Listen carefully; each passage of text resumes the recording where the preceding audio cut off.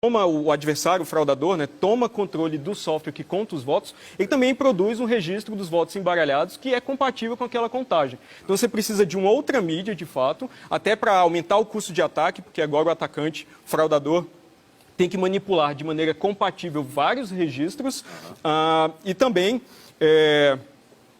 você tem uma trilha verificada pelo eleitor, no caso, independente da trilha eletrônica, dos votos armazenados de maneira eletrônica. Rápida, igual, né?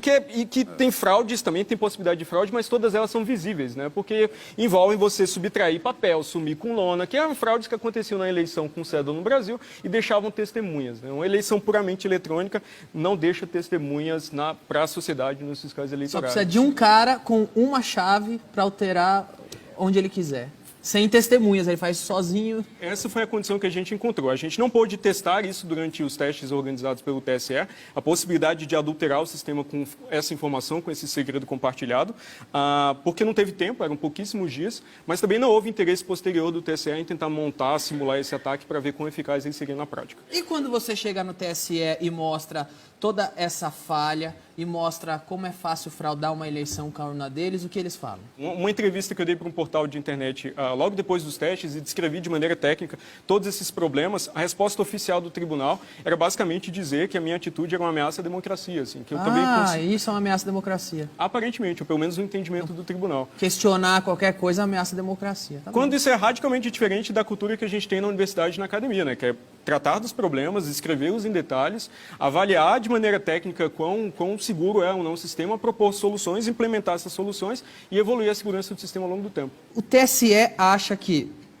Porque eu sou proibido de fazer piada com político em época de eleição. Não sei se você sabe. Não sabia. O TSE vem aqui na emissora, diz que é proibido fazer piadas com os políticos na época da eleição, com partidos, com políticos, com governo. Eu não posso tocar no assunto. Por quê? Porque para o TSE, se eu fizer uma piadinha com um candidato, eu posso estar influenciando o voto e alterando o resultado da eleição. Mas a urna não ser transparente não tem problema nenhum, eles deixam passar, fica tudo tranquilo.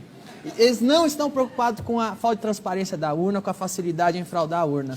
O problema é fazer piadinhas com o político na época de eleição. Agora, o que acontece é que democracias muito mais antigas, maduras, mais desenvolvidas, não querem a urna eletrônica lá e o brasileiro se orgulha que tem isso aqui. Por quê? Para citar alguns exemplos, na Alemanha tem um entendimento muito diferente e interessante, que eles chegaram a utilizar sistemas com essas mesmas características, mas um entendimento da Suprema Corte de lá é que um sistema de votação utilizado pela sociedade para eleger seus líderes não pode exigir conhecimento de especialista para uma auditoria. Porque assim, se você não precisa de conhecimento especializado para fazer auditoria, toda pessoa de fato é um fiscal, é um auditor, né? Então lá, o entendimento da Constituição, da Suprema Corte de lá, é que um sistema desse simplesmente é inconstitucional, e não pode ser utilizado para eleições oficiais. Então, o que eu acho um entendimento muito interessante, porque eles tentam adotar algo que é diretamente observado ou auditado pela população. Então, aqui há sempre uma concentração desses poderes de auditoria. Então, atualmente, por exemplo, fiscais de partido político podem auditar o sistema de votação. Eles podem ir ao TSE e examinar o código-fonte, mas o TSE exige a assinatura de um termo de sigilo para isso. Então, eles podem ver o sistema, características técnicas do sistema, mas não podem falar para prestar contas para a sociedade do que é feito, da qualidade do sistema lá dentro. Então, há uma obsessão com o controle e a falta de transparência é endêmica em várias etapas do processo. Bom, tá bom. Muito obrigado por ter vindo. Vou te pedir que você não questione mais essas coisas, que questionar é uma ameaça à democracia. Tudo bem? Tudo bem. Posso só anunciar, talvez, para dar um tom um pouco mais construtivo para a palestra ou para a entrevista, as pessoas devem estar se perguntando o que é que eu posso fazer eu sou refém de toda essa situação, o que é que eu posso fazer.